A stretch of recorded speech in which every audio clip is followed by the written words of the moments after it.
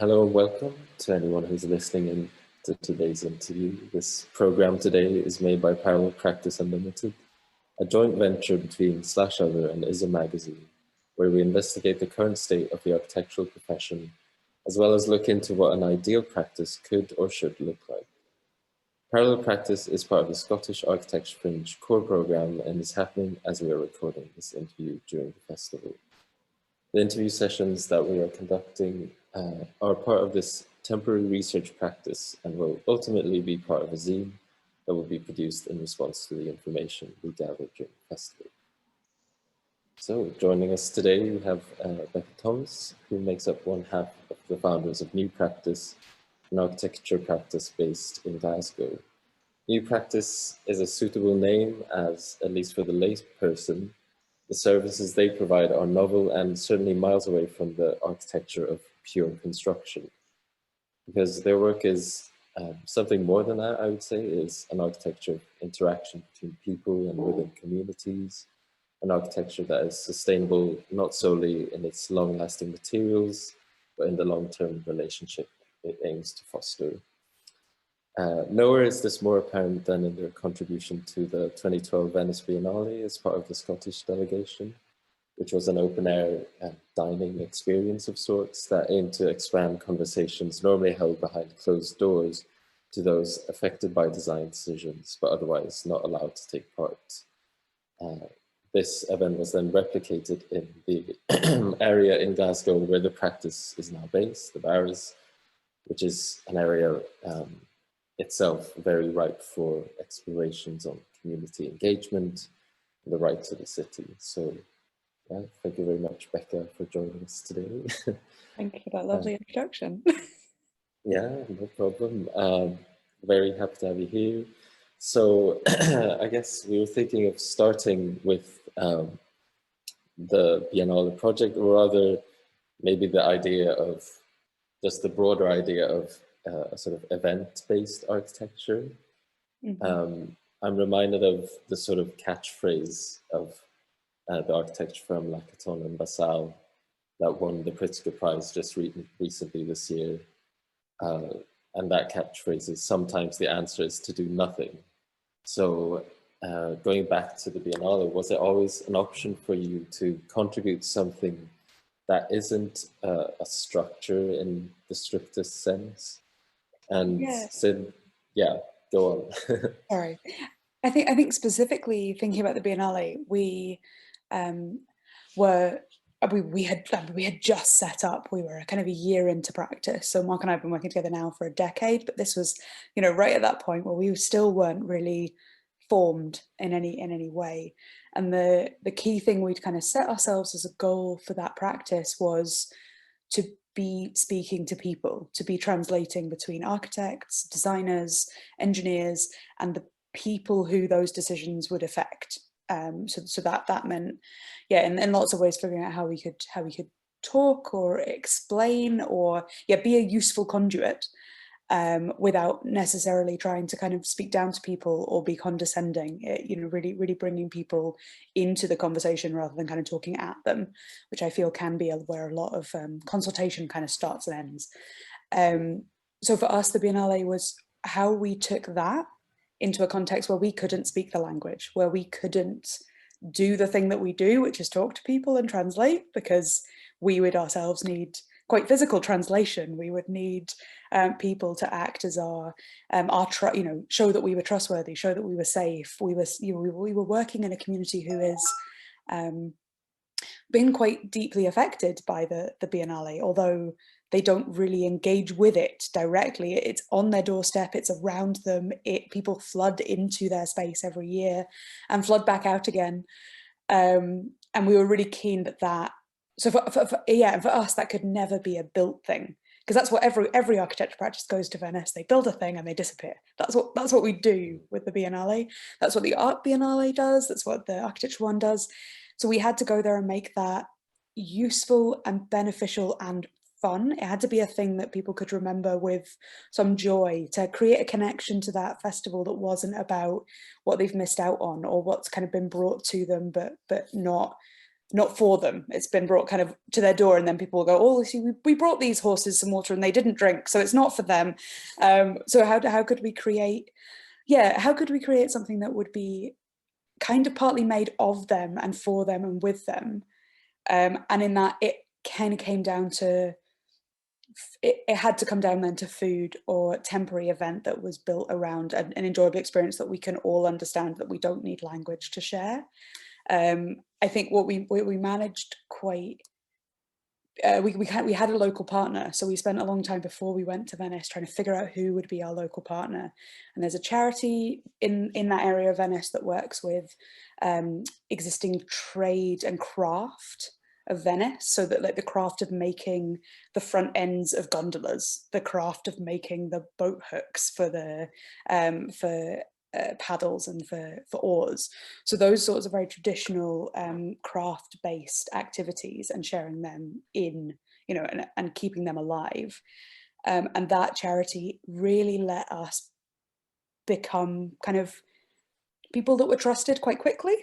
Michaeli liked us, therefore everyone else could enjoy engaging with us, and it wouldn't, you know, we were there, and Michaeli was honestly kind of going around being like, it's all right, they're fine, I promise they're fine, have some Prosecco with them, drink with them, have some coffee, do this.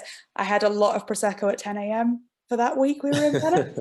Not to be not recommended when you have to do lots of work afterwards. But so we had, you know, because we had that local partner who kind of said to people, you know, these are not, you know, they're not going to come in and disappear, they're going to do this thing, it's going to be interesting.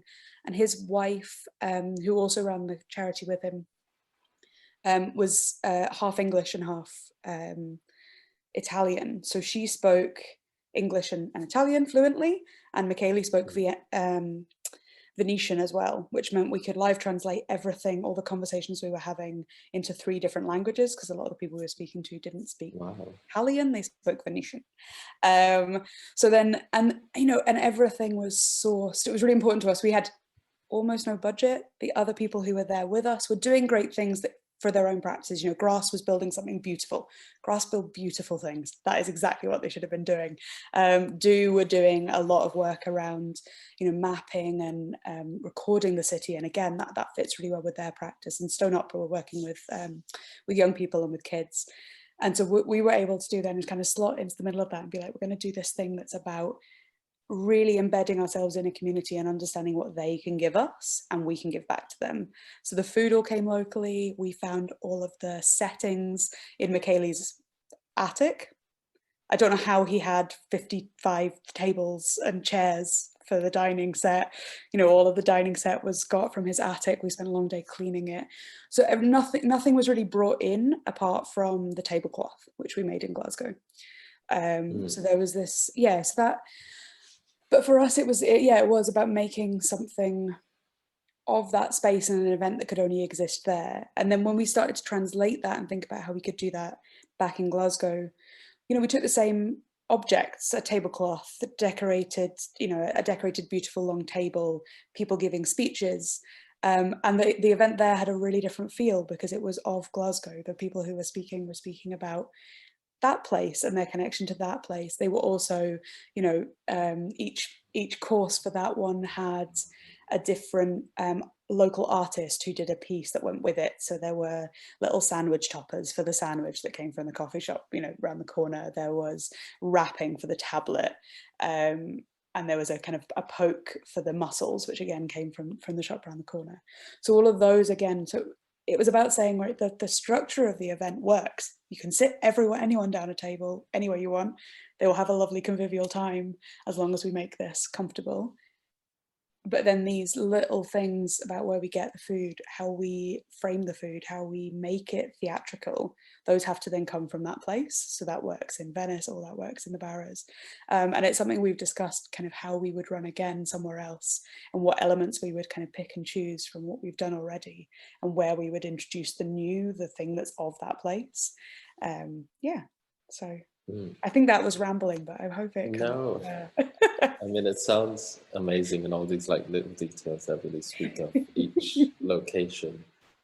But yeah, I guess you were also like very lucky then to like have that support, the charity that, you know, let you do like Yeah, speak to the locals and what they would want. So yeah. do you feel like that, is that an easy thing to deal with in other locations other than Glass, well, the Barrows and what Yeah. you did in Venice, or is it So something that is hard to convince clients? it's not always easy to convince clients, but it is really important for us that we have those champions, those people that are gatekeepers to their own communities, not gatekeepers necessarily because they're stopping anyone coming in, but that they're saying, they are a trusted person in that community and they are a person who can open that gate for you. Most of the time when we work for clients, because we work, across the UK and a bit internationally, we're working in places we don't have connections. At this moment in time, it's quite odd. We're doing a lot of work in Glasgow. That hasn't been the case for a really long time. So we're mostly working in places where we don't necessarily know exactly what's happened over the past decade. That can be really useful. That can be really, really helpful because we can then be an outside voice, try and kind of piece together what's happened and figure out how we can then support better outcomes for the future. But finding those local champions, finding those people who, and often you'll need to find 5 of them because those 5 people don't agree with each other, or they open different gates, or they're connected to that location, that context in a slightly different fashion. But once you find those people, they will open their gates to their communities and kind of show you in and usher you in. And really being quite comfortable with being an outsider, it can be a really valuable thing for engagement. I can go into a community anywhere in the UK and be like, look, I don't know, tell me, you are the expert. Like, that's what your job is. Your job right now is to tell me all the things I need to know. And if for you that's whinging about dog poo and bins and the fact that the light outside your house hasn't worked for 6 years, fine, that's useful information. You need to get that off your chest. But for other people, that'll be about, like, I've been trying to do this really exciting project and I haven't quite managed to pull together all the funding. Can this project connect some dots for me? And just, and you'll speak to 10 people who've got complaints about dog poo and one person who's got a brilliant idea that just needs 2 dots connected. And that'll then be a catalyst for more of our work, as we move forward. So yeah, local gatekeepers and local champions are vital for the work we do.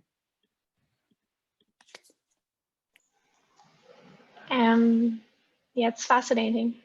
It's quite a scary thing to be dealing with the public in such a passionate way for a lot of people, or a lot of students going through education. Like, we're not really taught those skills, and I do think it takes a certain skills. So obviously, speaking about your project in Venice, was a year after you started up new practice with Mark, right? But there's so much passion there, the way you speak about it, that still seems very relevant to your work today. How much of an influence did that have, that experience, on the projects you're doing now, or the projects you want to do? And how different was that from, let's say, an older perspective of the architect you had when you were in education? Yeah, so I think the first bit of that question, the part that exists still as passion for us is setting up a practice that is about people and the built environment. So that passion is something that I think Venice is that was a really good early career test of that. We were doing that in an art space, in a very kind of cultural biennale exhibition sort of space. We didn't have to deliver anything. If it had all gone wrong, it would have been fine. But what we learned was lots of good lessons to take that into client-based work and show clients that we could do something exciting and huge and bold and cultural that was about engagement on any platform or any kind of global stage. And I guess Mark and I graduated in 2010, 2011, and then set up the practice before new practice, which was called Pigeon Perfect, kind of immediately out of university. And that practice was partly in response to the work. There weren't jobs. We were coming out into a midst of a recession, and we both knew we didn't want to go into a traditional practice. So we we had both worked in traditional practice, and Mark had worked for a kind of multinational, international architect, Daniel Libeskind. And both of us kind of took our experiences from part one and were like, that's not, I mean, mine was collective architecture in Glasgow. So mine's a lot closer to the sort of work we do now, but it was still quite architecture driven. It was still built outcome driven. Mark's experience at Libeskind showed him that he never wanted to do something quite so contextless ever again. And so what we knew about traditional practice was the bits we wanted to draw from that. We thought that, you know, design outcomes are great, but that they're not the only thing. And I think if you get, what we wanted to avoid was being a practice that was so caught up in building things, building buildings, creating physical outcomes that we stopped talking to people. Because I think it's a really difficult balance. And so our practice is now quite purposefully split to include both of those outcomes, and to not let engagement just be a means to get buildings, but let engagement and decision making and that kind of stakeholder involvement be an outcome in its own right. And where that supports good design outcomes and where that supports good change to people's neighborhoods and people's experiences of the built environment, that's great. But where it is about having a conversation for something that may not happen for 5 or 10 years, that's also absolutely fine. So something we did in 2013, we did some work for Glasgow City Council years ago for a project in Sandy Hills and Tollcross in Glasgow. And I just saw today on Twitter that that work has finally been built. It's only taken them 9 years. But what was really nice to see was that a lot of the things that I remember speaking to people about in 2013 as like goals and ambitions of this project, that they've been done now. And I haven't been involved in that project since we did that first engagement process with them. But that really set up a decision-making structure for them to continue the project and continue the design. So they're still meeting the needs and the aims and the ambitions of the people who will be affected by that project now. Even though, yeah, so I think it's, yeah, I don't know. I didn't, going through architecture school, I didn't imagine I would set up a practice ever, or never straight away. I imagined it might be something, you know, that I would do 20 plus years into my career as an architect, and that, you know, it might be something that I would kind of pick up later on.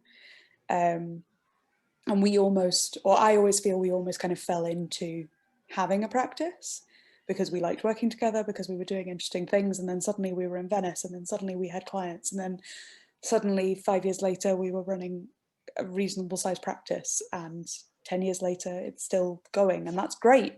But a lot of what I've kind of previously written about that experience of setting up, it was always because the timing was right, because the things worked. You know, all of this could have been a massive failure and we could have stopped at 2 years, and that still would have been really useful. We still would have gone on to have great careers in doing architecture, doing other things. But I certainly didn't come out of architecture school being like, right, I'm going to set up a practice and it's going to look like exactly like this, and it's going to have this structure, and I know exactly where I want to be in 20 years time. And I still don't think we know the answer to that necessarily, except that it has to be about people and place. And I think that also, you say like that you sort of just slipped into that, but in a way it was very sort of prescient of sort of the type of architecture to come, like certainly the sort of architecture that we speak of today in relation to sustainability as well. So kind of just like referencing what you just spoke about, specifically within a context of sustainability where, you know, architects are really moving towards, they're very sort of product oriented, and it's very much, you know, it has to be innovative solutions all the time.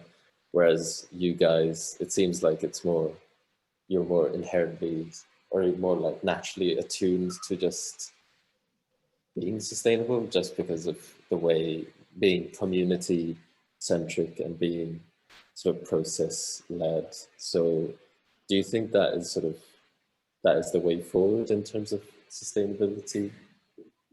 Yes, I think where we need to build we should make sure we're building the right thing so we don't ever have to take it down. And certainly, you know, I think it is a shock, and rightly a shock, when we see buildings who were built kind of in my lifetime or in my parents' lifetime being taken down because they're not fit for purpose. Like there are serious problems with not building with people in mind or not building with users in mind. But also I think having that sense that a built outcome is not always necessary, kind of going back, as you say, to the winners of the Pritzker Prize, but also thinking about the Cedric Price, who was mentioned a million times when I was studying, you know, that story about how you don't need a new house, you need a new husband. Like the answer is not always to build. The answer is not always a building. Most people don't need a new building. Most people need, if they have a space, they need the space they have to work better for them. That's fine. That's a lot of adaptive reuse could be started from those conversations. And the ones who desperately do need a building, what they need is one that's going to be flexible and adaptable and work. And so for me, the core of sustainability is in that. It's in understanding that my job as an architect isn't just to pump out building after building after building. It's to figure out exactly where I am needed as an architect and where I am needed as a designer or as an engagement consultant or as a person who can make great decisions about the built environment. But those are really different roles, but they're all part of my job as an architect. So I need to, a lot of times what we find we're doing when we talk about being an architecture practice is also going, yeah, but we kind of do one building every 5 years. Like we don't push for a building, because so often the people we're speaking to, that is not going to solve their problem. Their problem is about space and understanding and decision making, and their problem is about a neighborhood change. And so if the answer is, you know, we did a project in Sight Hill a few years ago where we were asked to look at creating a new community garden, and it sounded fantastic, really, really great space. And we started to get into like how this would work, because there's lots of building going on and the master plan is for 15 years. And that community garden would have to move every 3 years to make it work within the site master planning for construction. Right, that's already going to be a problem. Then when you factor in things like that site is always going to need water, and it's always going to need a toilet, and it's always going to need all these services. They can't move that every 3 years, and they weren't going to. So you're suddenly down to a point of like, well, you're going to end up watering it from people's houses. That's not going to be ideal. And starting to speak to some of the people who were present in Sight Hill, who stayed in their houses when when everything else was brought down, and some of the first people who moved back into phase 1 up there, the things they needed were actually, they couldn't access their own community centre because it cost 50p for a cup of tea. They had to pay for the tea and to borrow the cup and to do the washing up. And the hall itself was free, but this, like, the cup of tea was just that point where it like crossed into a threshold where they didn't have that available resource. They didn't have that 50p spare in their weekly budgets. That was not an option. So all these community groups who wanted to get together and do great things, or just come together as young parents and like have some childcare and a chat, they couldn't do any of that because 50p was getting in their way for this cup of tea. So we didn't end up building a community garden. We ended up making a community dining set, which lives in someone's front garden in a little tub, and you can go and pick it up and you can take it to the community centre. And the community centre, if you bring this with you, the community centre will give you a cup of tea for free because you've brought your own cups, your own plates, your own sauces, your own everything, your own tea sets. And you don't, and so we've taken away a barrier that existed, and it's nothing like the community kind of outcome the client thought they were going to get. But it is actually a useful outcome for that community. So we avoided building anything entirely. And so, which is great, because actually building it, that group would never have really come together around a built outcome, because if they didn't have the resource to cover 50p a week for a cup of tea, they were never going to have the resource to run and manage a community garden off, immediately. They will get there. They are beginning to do a lot of really great work themselves around social media and kind of getting themselves together and understanding how to do funding applications. But that's taken a few years for them to really create a cohesive group who's got resilience and enough space to do it. So yeah, for us, building is the right outcome maybe 10% of the time with our clients, and that's actually fine.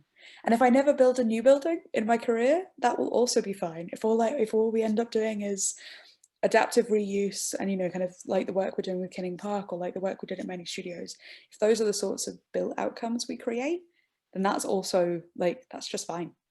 If you know, I think there's 3 new walls in Kinning Park, and a few more new walls in many studios because we had to do all the inside. But you know, it's not really about showing off what we can design, but making that space really, really work for the people, so we don't have to do that again at any point for those clients. It's fascinating, the kind of the flexibility and the psychological freedom of approaching architecture you have to have when you're involved in a project like that. And you have to be able, I can imagine, to welcome the waves of whatever comes at you, which is like, it does happen in more traditional, let's say, commercial or new build projects, this uncertainty. But maybe in the more traditional sense, you have more control over it, or you think you do. And I think it's really healthy to be open to that unpredictability. But how does that tie back to the practicalities of the office, like, you know, going through the stages of different design projects, or even your work-life balance of running the practice? Is it also less flexible or more flexible? Yes and no. So I think we've learned a lot over the last decade about how to make sure we're running projects so that people can have work-life balance. Certainly, that is something that me and Mark are really keen on making sure our team has. We're less good about doing it for ourselves, but we're really, like, I'm very keen that our team works, you know, normal hours and doesn't try and push themselves. So we, you know, and that's something that we are keeping in conversation with our team as we kind of grow and understanding. Yeah, because we do engagement, because we do this sort of decision making with communities, we will always have evening things, we will always have weekend things. So how do we kind of make that time back? How do we do time off in lieu? How do we do overtime so that it is a positive thing, not just overwork? That's really important to us. Yeah, but in a lot of ways, our projects kind of run quite traditionally so that we can keep on top of everything, because there are often so many projects. We're actually right in the middle of a big at the end of the pandemic, everyone suddenly wants to do engagement in person. So we've got 2 events happening in London next week and 1 event happening in Glasgow, in Edinburgh this weekend. And it's the first time we're kind of doing this sort of work in about 18 months. So it's a little bit, feels a little bit much right now, but that's okay. But yeah, so we have to really kind of sit down, and like we sit down at the beginning of the project and figure out what its program is going to be and when we're going to do these activities, so that they're in the diary, you know, a few months ahead, so that we can plan for everything else. And because we have design projects that do run through the REBA work stages, you know, we design and build stuff, whether that's a parklet in Shorelands or whether that's a, you know, £1.8 million school building. They have to go through the same steps. One's just going to happen quite a lot shorter than the other one. So how do we, so we have to then balance the needs of those projects against the needs of projects which are really in like REBA stage 0 to 1. You know, that's where decision making happens. That's where engagement really happens. We might get another little lump around concept designs or developed designs, but predominantly we're working very early stage. So for us, we then have to think about that project. What's its beginning, middle and end from our point of view? Because it doesn't have a REBA stage number we can easily tie to it. So how does its beginning, middle and end then work with the rest of the office? We do a lot of like really boring resource planning and big spreadsheets that lay everything out so we can try and understand where our crunch points are, and we can try and understand how not to overwork people at different points. We don't always get that right. I don't think we could always get it right. But we try and make sure that it's not just, you know, 5 p.m. today, oh, I need it for tomorrow, you need to get that done tonight, I don't care what that means, oh, you've got dinner plans, but you know, I hear horror stories about those bosses, and that, like, I'm very aware that I think Mark is too, that we are people's bosses, which is not necessarily a position I ever or that I love. I like running a practice. I think that's really powerful. Being someone's boss is both terrifying. You have to pay them every month. You have to make sure they've got enough money to do their life, but also you're responsible for them being healthy and happy, and good at their job and not burning out. And those are really difficult things to make happen. So that, and I think all of this comes back to communication. If we can communicate really well with our team and make sure there are always ways to come to us and say, I can't do this. It is not possible. There are 40 hours in my work week. Like, I can't make more time. I can't do this. And figure out then where that goes. Does that sit then ultimately on Mark and Maya's head because we have to deliver it because the client needs it, right? Or can we think about alternatives, and what does overtime look like, and how much is too much work, and how much can be delivered with the right sort of planning. Again, I feel like I rambled around that question, but it's all about communication and trying to make a nice place to work, because it'd be awful to get this far down and realize you'd made a horrible place to work. Like, if I turn around one day and realize that we're losing staff left, right, and centre, then we've probably started to do something wrong. But no, I don't think you have to worry about that. And in fact, I'll keep it at the top of my mind so that we never do get to that position. So yeah. And in fact, from also like being in many studios where we're based, you can tell it's a very interesting workplace just from also like having all these artists around, I guess. Does that inform you, the sort of, just this other disciplines and how you lead your practice? yeah, it's really nice not to talk to other architects all the time. I think it's something that we're kind of trained into at university. One of my lecturers once said the favourite thing he had about teaching architecture was that we took all these wonderful 18-year-olds who had, big ambitions and like varied friend groups and other hobbies, and by the time they're 24 and we're kicking them out the other end, all they can do is talk about architecture to other architects. And he thought that change was really fascinating. I think he was probably being quite facetious, but like having the space to talk to other people who might be doing a performance piece in Tramway next week, or they might be I don't know, painting something god awful. We've got a couple of hobbyist painters and some of them are not great, but like whatever they're doing is their thing and they love it, and it's they're passionate about that and we're passionate about what we do, and it's really nice just to have that contact around the kettle, mostly in the studios as it currently stands. Previously it would have been around lunch and around events, but obviously that's less of a thing right now. But it's also a collaborator pool that we can draw on. Those are people, some of them are people we work with and have worked with a few times. There are software developers, and there are visual artists, and there are printmakers in the studios who we have collaborated with on a number of projects because they were the right person to bring into that, and they happen to be close to us. It's about making sure that those two things work. But yeah, I really like the studios. It's weird to work in a building that you designed, because somehow everything that goes wrong with it physically is like, it's a personal attack. Sometimes if the roof leaks, I feel really awful that the roof is leaking, even though technically it's not really my fault, but it does feel weird. There's a lot of oddness and fondness in that relationship with the building. Does being in that like multidisciplinary environment, like you find it quite beneficial in terms of like innovation and excitement? And do you think that's something that the architecture culture is kind of missing, that openness to different disciplines, even on just conversational level? I really do. And I think the benefit of having an office there is that you don't have to go out and seek that difference. Whereas if you're in an office all by yourself, or a studio all by yourself, you have to find the way of bringing that. So you have to make sure that your friend group has those different like points of view, or that you're going to a varied number of events and activities so that you're kind of capturing that.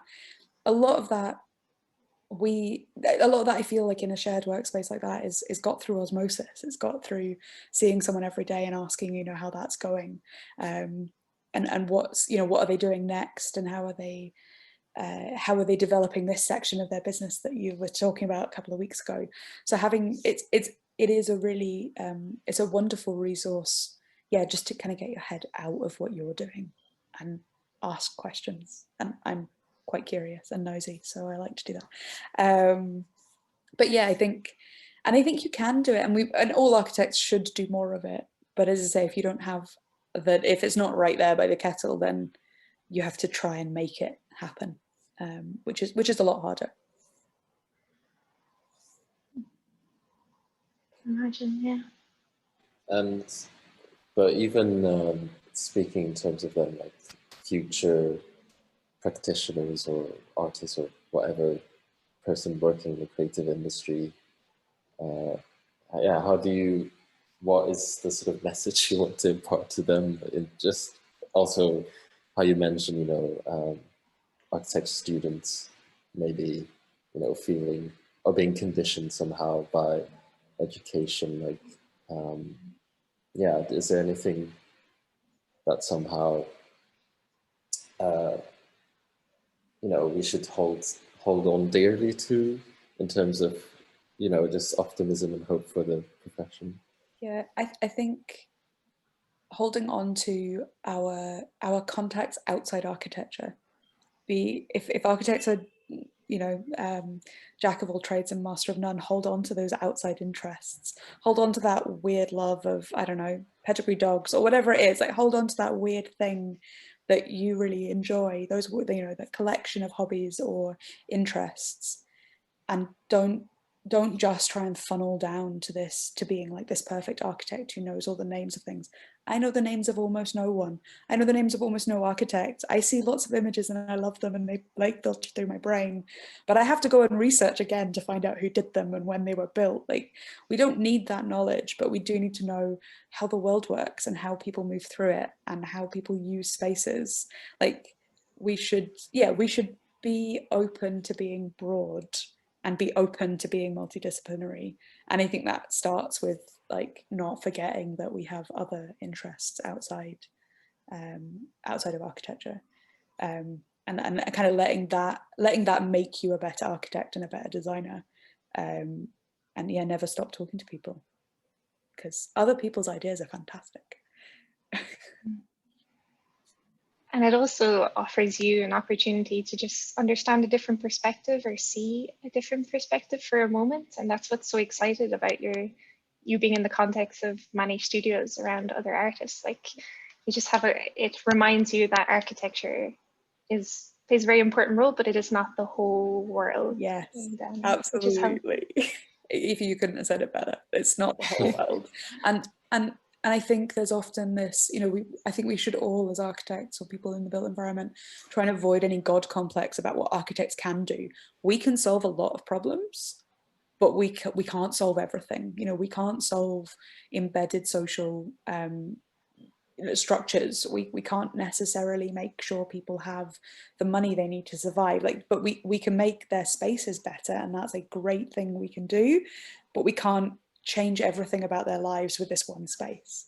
We can, you know, we can do what we can, but we really need to remember that we cannot solve everyone's problems, and nor should we try, because some of them are not problems that could be solved with a building or with a conversation. Some of them are actually problems where we need to say, right, who is the expert? How can I bring them in? And how can I make this connection there? And then disappear, because I'm not needed, I'm not useful, and I need to go back to doing what I can do really well, which is having these conversations over here, or making this thing, making this space, making this master plan, making this conversation the best thing I can make it. I think an issue, like a part of an issue with that could be stemmed from throughout education. Like, even speaking about projects, when we present our design projects and we're talking about the clientele or the public, that they'll go into this space and they'll drink their coffee and then they'll sit out here like as if we know exactly what people are going to do. Like we categorize everyone into small groups and just dictate how they'll flow through spaces. And, you know, when if you're taught only one way of approaching thinking with design, of course, we come out of education and we think, okay, this is what my client comes to me and I'm going to tell you how you're going to go through the spaces because I'm the expert, etc. But like, it's so refreshing to hear about projects because clearly you've gone through experiences where you've seen the fruition, you've seen the reward of the process, that community-led process and engagement process that your practice takes. And I know you're also doing academic research. Are you going to, or do you have a way of communicating that to people as a model, as, hey, there's also this way of approaching architecture, especially the younger generation? Yeah, so we did the project last year, kind of just at the beginning of lockdown. In fact, before that, we were like, we're going to do a big academic piece this year. And then lockdown happened and we kind of flipped it and we actually ran it as a series of newsletters. So it's a project called A Building for Your Community, which is kind of aimed at potential future kind of community clients, but also aimed at just a more kind of general public voice, understanding how people or individuals or communities could lead architectural processes. And so that brought together some more academic research, but also just our experiences of running projects like Many Studios and the work we've been doing with Kinning Park for the last 5 years. And like turning that into effectively like a booklet of how you might start to think about doing this, like what are the things you need. So the tone of that is really conversational. The tone of that is very much like, sometimes you don't need a building. Have you thought about these things? Like, do you already have a space? Does it work? Could it work better? Do you have this? Do you have that? Are you resilient? Will you all be able to run through this if it's going to take 8 years? Like, how are you going to make sure that you as a group are prepared for that? Like, it's going to cost you money, right? Here's how much it might cost you. Like, here are some figures for the sorts of things it might cost, and here's everyone that you need. And starting to think about, the glossaries of things we say as architects that make no sense when we say them.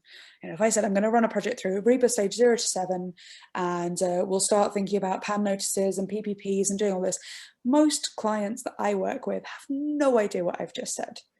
So what I need to go back and say is, right, I'm going to start at REBA stage 0. That means we're going to define what your outcome is, and we're going to think about your brief. And what is a brief? Right, that's the list of your things you want and the things you need. Can you start writing that list? And if you can't, can we have a conversation so I can write the list so that you can then check it? So a lot of the work we're doing with clients who've never done this before.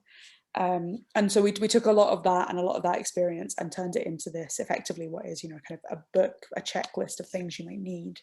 And the plan is to keep that going and build up on that. At the moment, it's really based in the kind of Scottish political context around community land ownership and the Community Empowerment Act, which is only in Scottish law. So there's quite a different approach if you're in England or Wales or in Northern Ireland. And we've been speaking to some practices who are also based in the Republic of Ireland.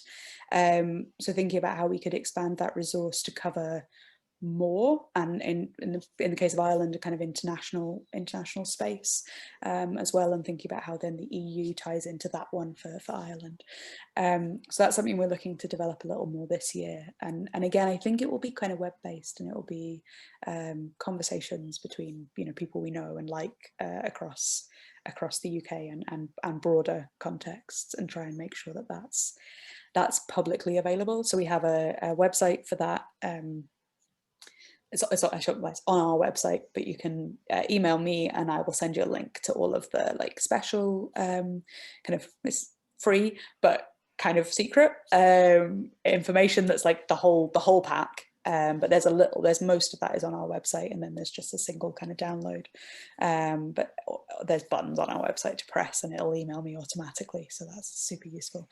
But yeah, so I think there's for me, it's really important that we don't take everything we know and kind of lock it in a box. It's not very useful in that box. And both A Building for Your Community is something that we wanted to do to make sure that people who might be our clients in the future would know how to go about reaching us or reaching other people like us.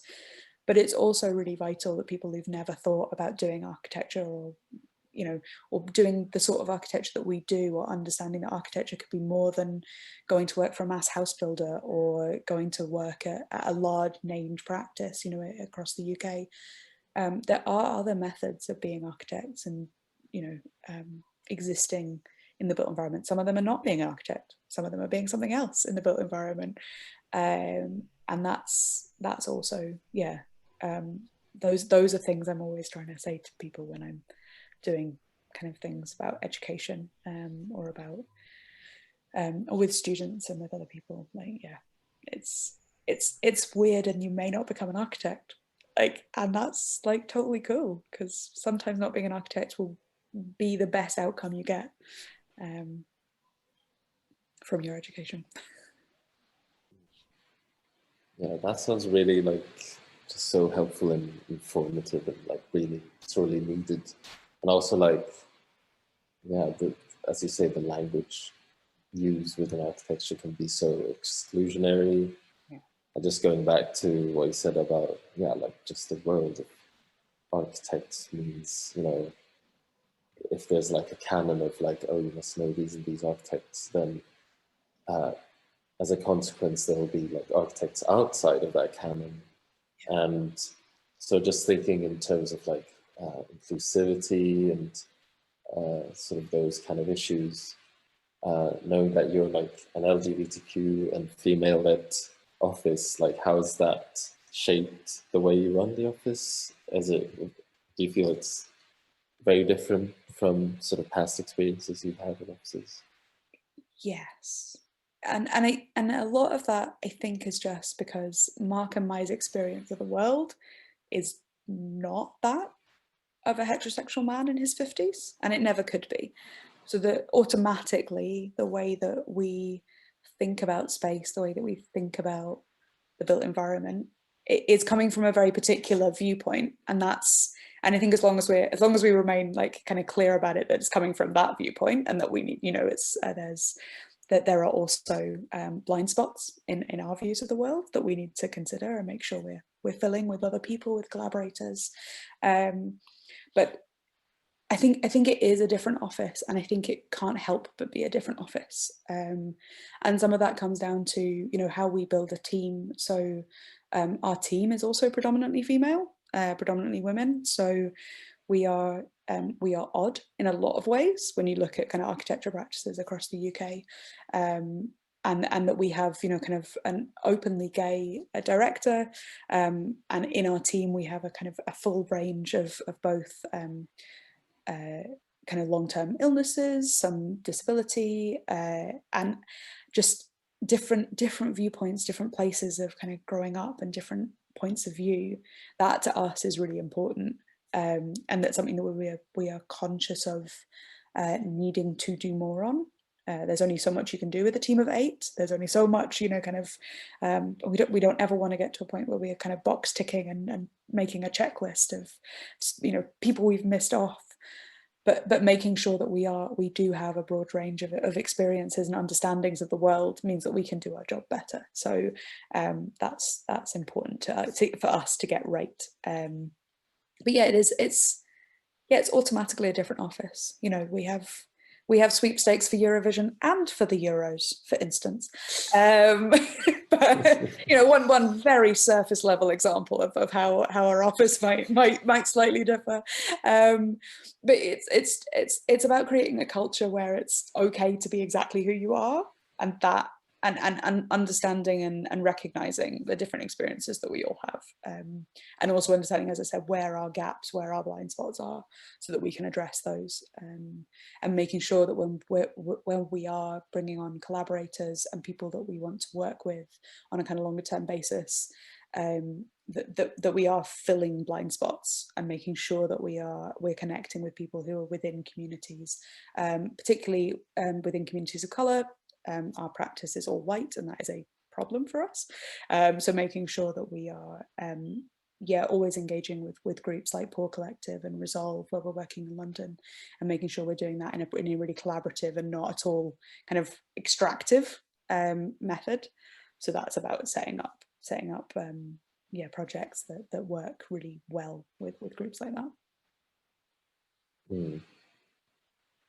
Yeah, and I think, yeah, it's good that you're betting both Eurovision and Euros, because I think United Kingdom kind of failed completely in the Eurovision. So apparently there'll be some hope for some parts of the UK, I hear. yeah, definitely. Judging by my partner's attitude on Monday, not Scotland. I am not a big football fan. Yeah.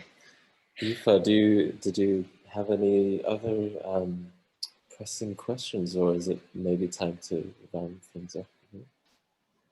Maybe it is time to let you have your Friday evening, but maybe we could finish with you just telling a little bit about your plans, immediate or long term, over the next year, what we can expect to see from New Practice. So our next building, so Kinning Park complex, which we've been working on since 2017, will be finished on site at some point this year, hopefully in the autumn, and open to the public. I'm really excited about that. So that's a renovation of an old school building, and bits of it just look really beautiful when I'm on site at the moment, and I can't wait to open the doors for that. We are doing work in a lot of work in Glasgow, as I said earlier. We're working on Custom House Quay with Hawkins Brown.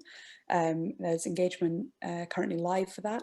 We'll be doing some work with John McCaslin and partners on the George Square and Avenues project. So again, supporting them with stakeholder engagement and communications around that. And we're doing a number of smaller kind of meanwhile use projects in Edinburgh, Glasgow, and in Cambridge. So I'm delighted we've got a lot of different interesting things going on, some of it engagement and some of it built forms, and I can't wait to see all of them kind of come to fruition over the next few months. Fantastic. Either can we. Yeah, good luck with all those future endeavors, and thanks so much for letting us ask some questions on a Friday night. That was very fun. Thank you for having me.